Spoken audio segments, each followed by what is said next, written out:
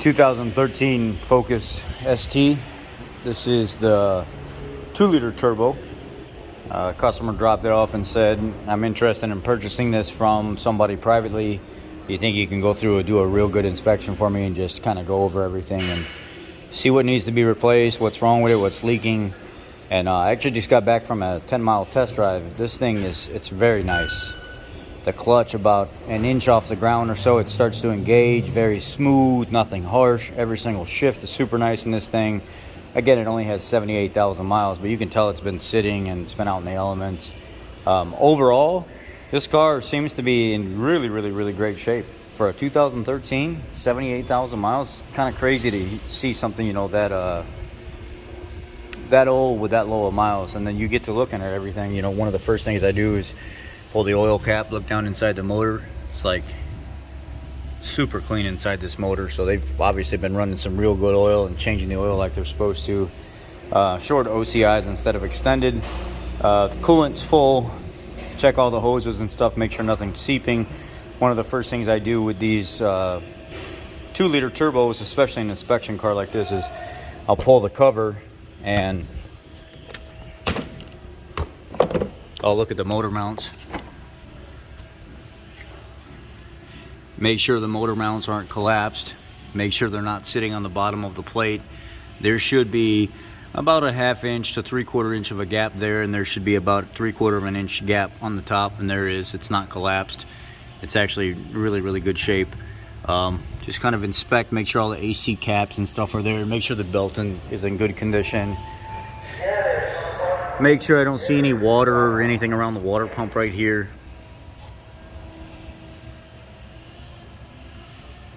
Nothing's leaking. One of the first things I notice whenever these cars come in, guys like to have fun with them. I don't fault them for that, of course. You know, it's your car. You do what you feel like you need to do. Is they'll do honest little basic mods and stuff. This one is a little bit quicker than most of the STs because they have done a little bit of work to it. It's lower to the ground. It's got lowering springs, aftermarket rims. Probably has some kind of tune in it, but I'm not going to get in and mess with the computer and stuff like that because that's when you start screwing stuff up. I do see a connector right here. I don't see anything that it goes to. All I can think of is the diverter valve, the recirc valve that's normally right here. It's actually blocked off.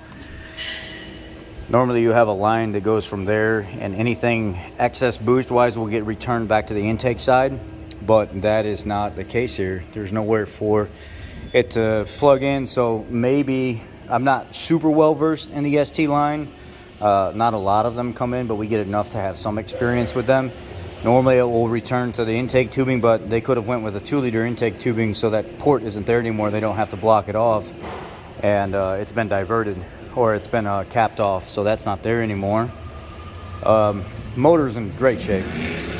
Driving it, there's no play in the suspension. Everything's super tight. It's got good brakes and stuff all the way around. The rear rotors are a little older with some rust tracking and stuff in it, but the more you drive it, the cleaner it's going to get. Sunroof works. Everything works. Little silly things like this insulation could be actually pulled back up and put back where it's supposed to go. The factory tab is missing from there. It's these little pull clips right here that hold everything in. It's missing.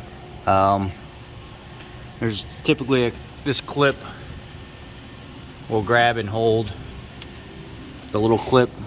The metal tab right here is missing from over here, so that's easy to get. It's no biggie to get that clip put in there. I look for every little small detail that the customer may be aware of, because after all, they are paying me for an hour of my time. I'm going to give them an hour of my time to the fullest. Look at every single little small detail that I could possibly find. The hood closes good. There's no binding here. The cable's not binding. It does pop right away. Everything just works on this thing. The washers spray good. The lights are, I don't know if they sprayed something on here or whatever they sprayed on here. The clear coat's cracking. That's something that I would eventually address. Everything does work. There's no lights blown or anything like that. Let's go ahead and put it in the air. I don't see any oil buildup on the struts. You can see it actually does have lowering springs. I'll grab the wheel here and grab the tread, and I'll try to move the tire in and out, checking the outer and inner tie rod end. I don't feel any play there at all. Go up and down to see if there's any bearing play. When I was on my test drive, I didn't hear any screeching or scratching coming from the wheel area. Go around to the other side. Same thing over here. Nothing. There was some tapping that I heard over bumps, a little small tapping, which I have an idea what that is. It's notorious on these cars for it to be sway bar links. Here as well. E-brake is set, so I can't do very much there. Shocks aren't leaking. Everything looks nice and tight. Dry. Lowering springs in the back also. It's got some pipe welded in. The exit pipe, kind of a generic done. Not, you know, it is what it is though. Your flavor, not mine. Here as well. The more you drive it, the more rust comes off of there, but there's still, you know, 4 thousandths pad life or so. You know, I'll tell them the pads in the rear are starting to get low. That may be something you want to consider soon.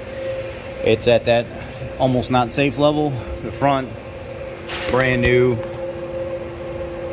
They stop really well. There's no binding or anything going on there.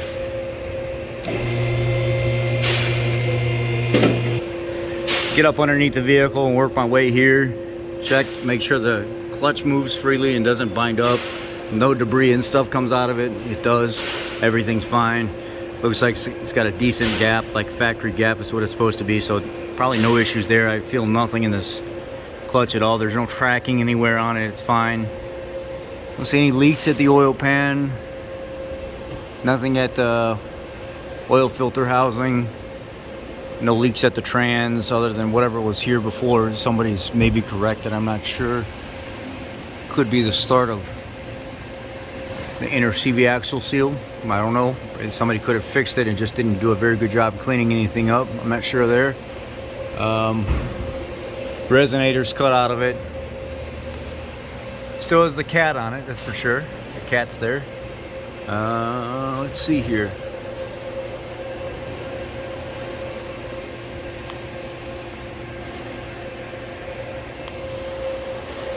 Oil pan's dry.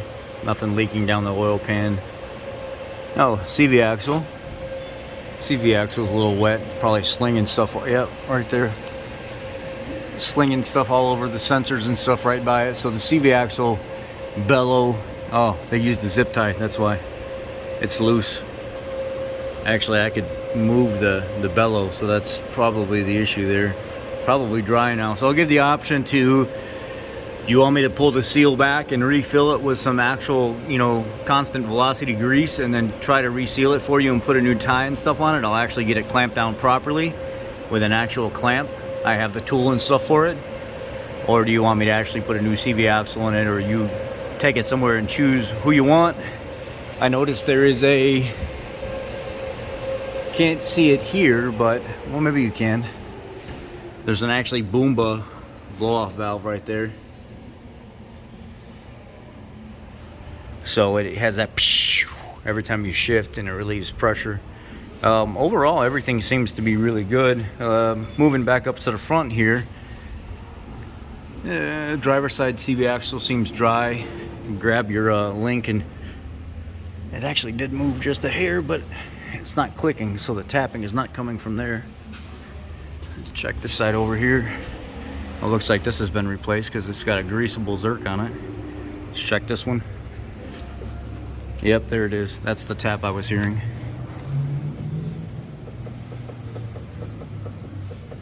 So, sway bar link here on the passenger side. Starting to tap. Not a big deal, but it's going to tap every time you hit a bump.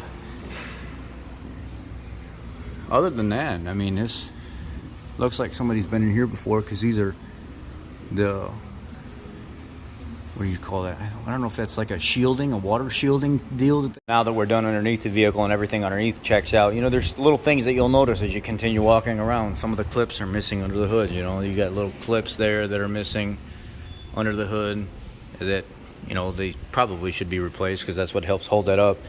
It's got a aftermarket intercooler in it. Pretty beefy. So they've upgraded that. At least I think it's aftermarket anyway. I mean, I don't pay attention to enough of them, but it doesn't look like a stock one, that's for sure. It looks like it's thicker and it's a little wider.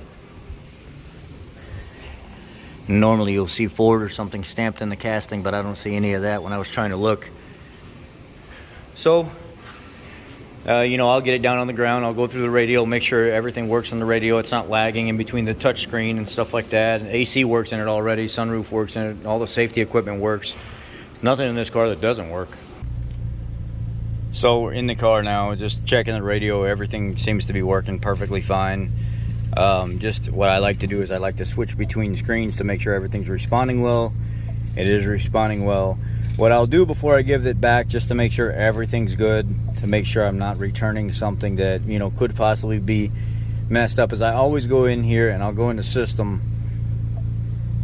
I'll go under general settings, go to system, and then I'll actually scroll down and I'll go to master reset. No, not installation, applications. I'll go to master reset and I'll wipe this out and make sure everything's clear. All systems will be reset. And you can actually insert a nav card in this thing, and you can get navigation, but they don't have a nav card in. So warning, all data will be erased. Yes, I want to make sure everything's fresh. Resetting to factory settings. And then, you know, that's it. Pretty much the tire light's on because of the aftermarket rims, but, you know, everything works. Everything sprays. You know, even though when you have good windshield wipers, a few sprays with some water soften them up a little bit, because maybe they've been sitting for a little bit and they just dry up, but you can tell they're already clearing up and it's not streaking so much anymore. So there, it's already cleared up. It's starting to soften up the wiper blades, so they're still in fairly good shape. Just go through, check everything you normally would. Open the sunroof, close the sunroof. You know, everything seems to open all the way. No binding, no nothing going on. These earlier models weren't too bad with all that. You know, they were pretty good. They didn't mess up as much as the newer ones do. And then that's pretty much it. Just go through, check all your controls, make sure you got max AC. Make sure all your vents turn on and off like they're supposed to. I already went through and did that. This is just to demonstrate for you guys, you know, kind of what I'm doing. And I'll go through and make sure everything functions and moves, like all the windows go up and down.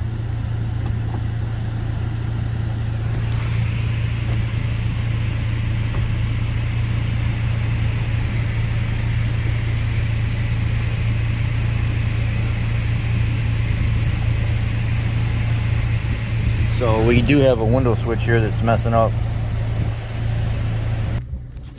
So it'll need a master switch here. And then you get out and then actually test each window individually and make sure they function by their switch as well.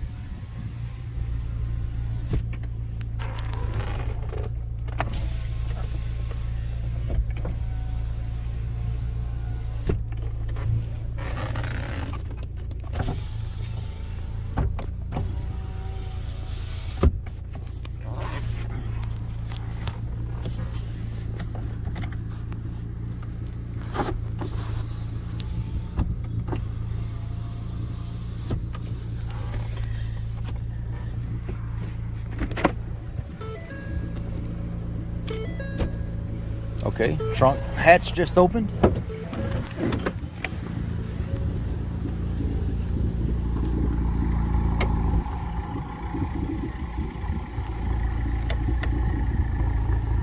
Make sure the shocks are good. The shocks aren't leaking here in the back. The weather seal is good all the way around. That's good. We'll go to the door here. Make sure all the doors, handles open and close properly. Make sure all the seat belts work as they're supposed to for safety reasons.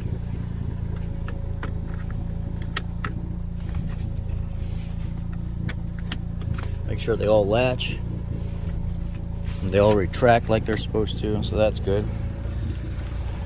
I already went through and made sure the touch release and lock works, so they work all the way around. That's not an issue.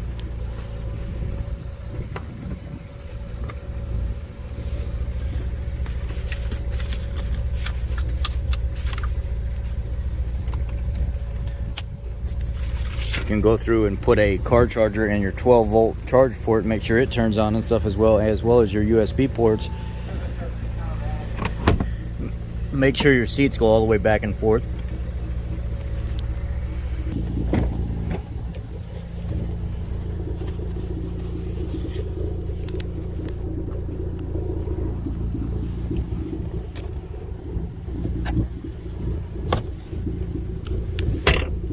Okay, the seat folds and locks like it's supposed to.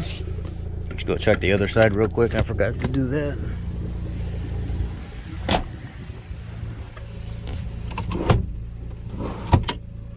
Okay, that works.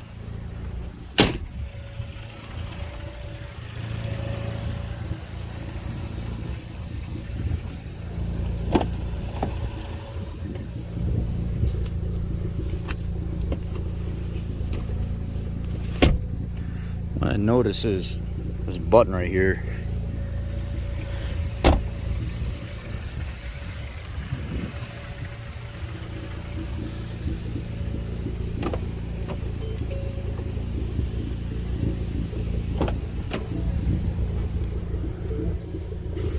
Okay, it popped up. It wasn't popped out all the way. So I might spray that with some silicone spray to make sure it doesn't pop back in again. There's another 12-volt port right there.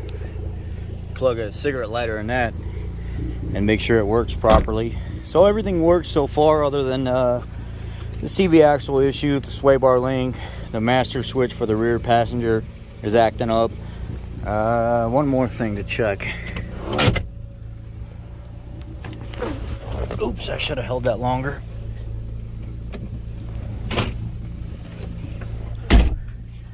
Just make sure the mirrors work properly.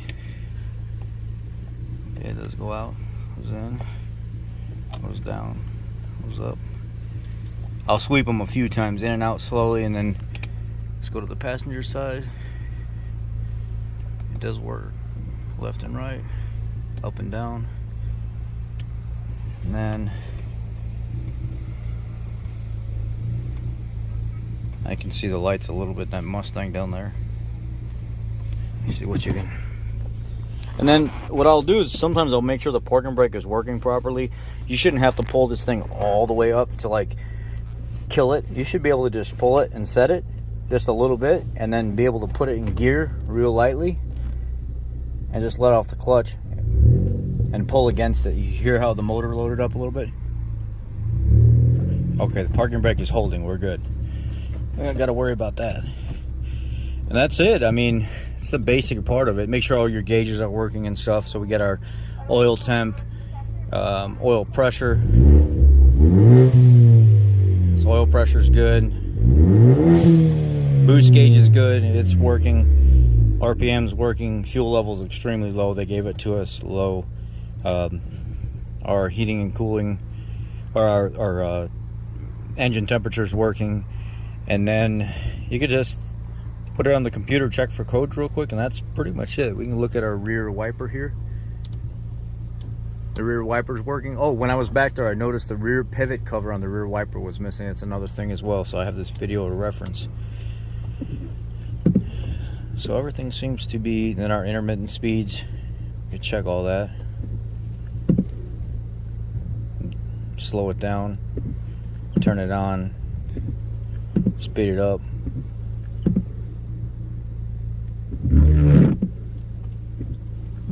Just get the window a little bit wet so it's not dry.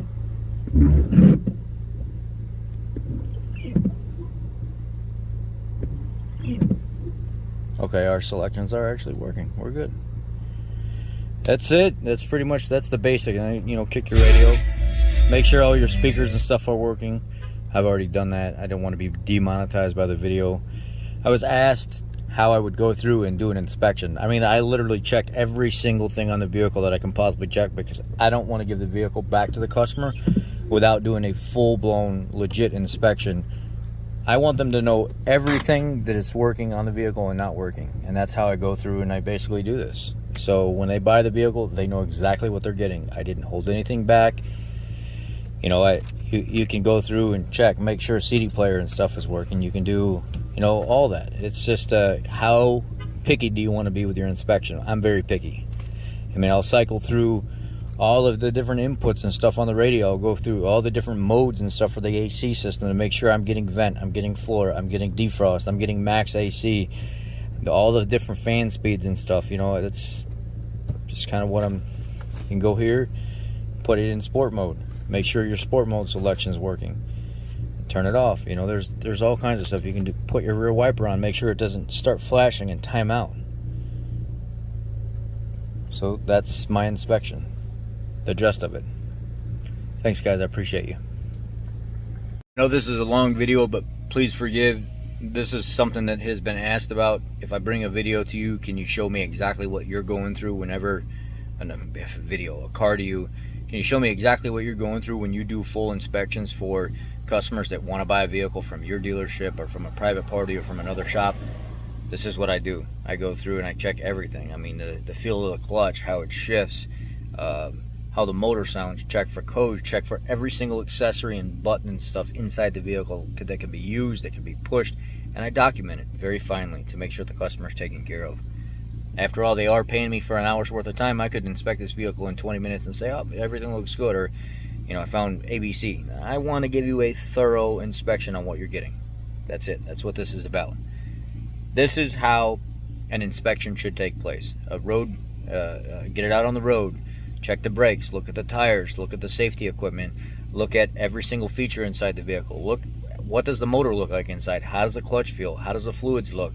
On this vehicle, it's a damn good vehicle. I hope the guy buys it and enjoys it. Everything looks new. The motor looks new, the engine oil looks good, trans feels good, everything just feels good about this vehicle overall. Somebody took good care of this vehicle, did some cheap little tasteful mods in the process. It's a fun car. It's a very fun car. Is it a me car? No, it's not. But I think whoever buys this car is going to enjoy this car. Thank you guys. Be blessed. As always, thanks for tuning in.